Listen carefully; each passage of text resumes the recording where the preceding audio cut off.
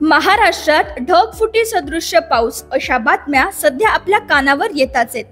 मुंबई, कोकण, अगदी सह्याद्री येथे सुद्धा ढगफुटी सदृश्य पाऊस पडतोय हे ऐकल्यावर आपल्याला आठवतं कधी हिमाचलमध्ये, कधी उत्तराखंडमध्ये, तर कधी काश्मीरमध्ये घडलेल्या ढगफुटीच्या घटना.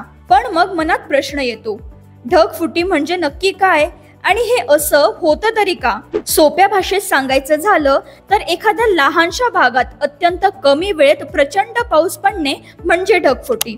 आपण लहानपणी शिकलोच आहोत की सूर्यामुळे पाण्याचं बाष्पीभवन होतं आणि वाफ वर जाते. वर गेल्यावर थंड हवेमुळे ती वाफ लहान पाण्याच्या थेंबात बदलते आणि ढग तयार होतो. हा ढग जड झाला की तो पावसाच्या स्वरूपात खाली पडतो.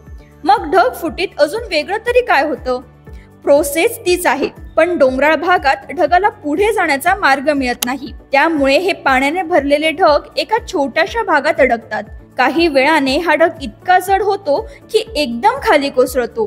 त्यामुळेच आपल्याला वाटतं की जणू ढगच फुटलाय. हवामान विभागाच्या मते जर 20 ते 30 चौरस किलोमीटर क्षेत्रात एका तासात 100 मिलीमीटर किंवा त्याहून अधिक पाऊस झाला तर त्याला ढगफुटी म्हणतात. साध्या पावसात थेंब साधारण 20 ते 30 किलोमीटर पर अवर वेगाने खाली येतो, पण ढगफुटीत हा वेग 100 किलोमीटर पर अवर सुद्धा पोहोचू शकतो. आणि एवढं पाणी एवढ्या वेगाने जेव्हा डोंगर उतारावरून खाली धावू लागतं तेव्हा दगड, झाडं, माती सगळं ओढून नेऊन पुरासारखं विक्राळ रूप धारण करतं.